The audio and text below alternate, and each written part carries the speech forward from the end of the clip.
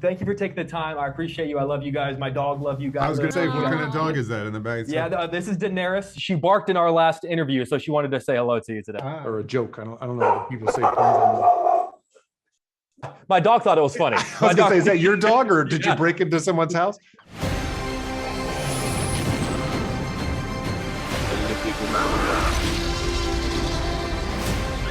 Where we're going, we don't need roads. Adam, I want to start with you. I know in pre-production you had the chance to race some of the more modern Ferraris. So since you didn't have the chance, obviously, to sit down with Enzo and ask questions and learn from him, I want to know what you learned about him just by sitting in those cars, by gripping the steering wheel and revving the engine and taking tight corners and feeling the speed. What is the most important thing it taught you about who that man was?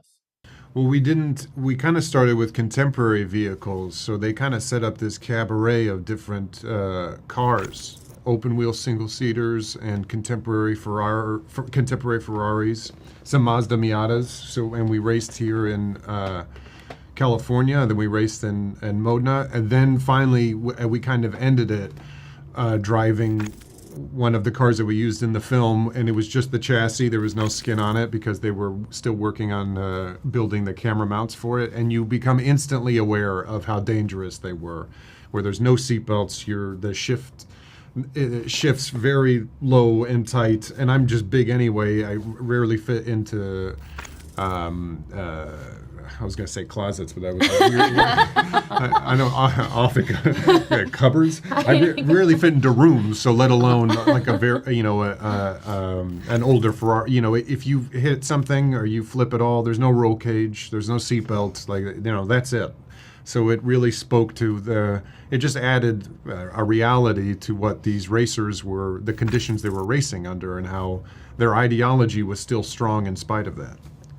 Penelope and Shailene, I feel like it's easy to look at Ferrari and see the influence that Enzo had on the cars in the company, but both of the women that you play were such a big part in his life and had a major influence on him during some of the most important moments in Ferrari history. So when you look at the cars, when you look at the company, do you see these women reflected in there? Do you see their influence and their fingerprints on what Ferrari is today?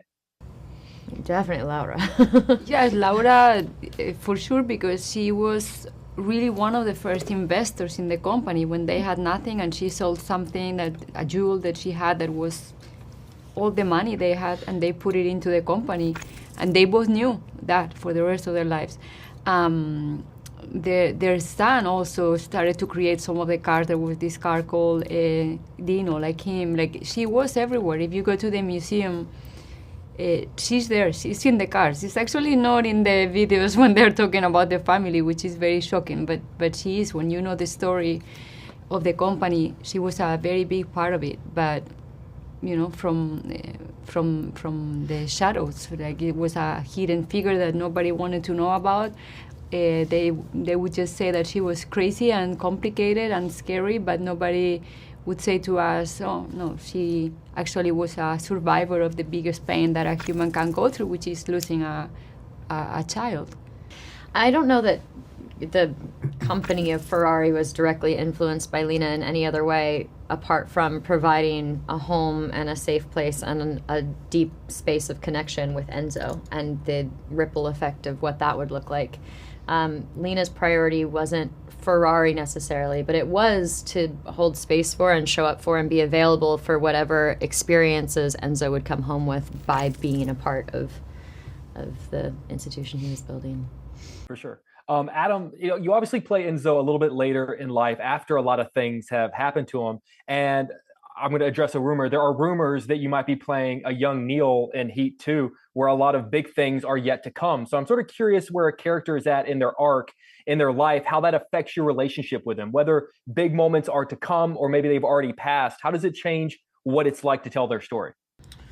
Well, I can't speak to the rumor, but I can say that it's always a challenge to portray someone who's older than you, because people are, pretty spry, so late in life. But then you're trying to convey a heaviness, which is something that we talked about. But honestly, a lot of the external stuff came pretty late in the in a shooting. We actually shot a whole week and then made a pretty significant adjustment to the prosthetic and had to go back and reshoot the majority of things that we shot that week. So all of the stuff leading up to it, because the prosthetics and makeup are so exhaustive, all the months leading up was all internal life stuff. We're all kind of filling up with a bunch of information as much as you possibly could, and then playing the scenes, hopefully even abstractly, they would kind of come out. But for sure, that was a massive part of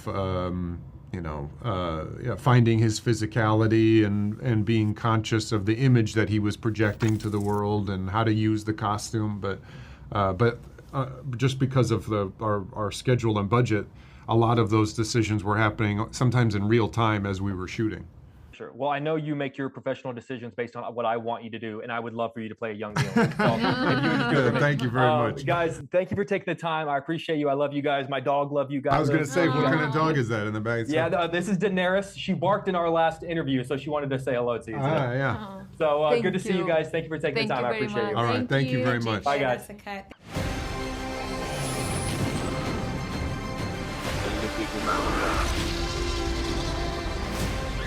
Where we're going, we don't need roads.